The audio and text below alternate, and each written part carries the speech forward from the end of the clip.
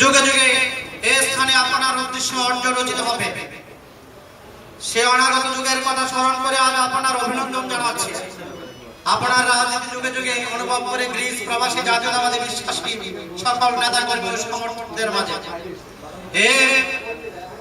সম্মানিত অতিথি বহু কাঙ্ক্ষিত আপনার এই শুভ পদার্পণে আমরা ধন্য ও আনন্দিত।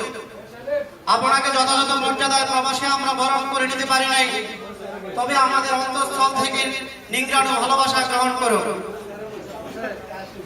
পরিশেষে পরম করুণা আমার আব্দুল আলমিনের কাছে আপনার সুস্বাস্থ্য এবং দীর্ঘায়ু রাজনৈতিক জীবনের সাফল্য কামনা করছি।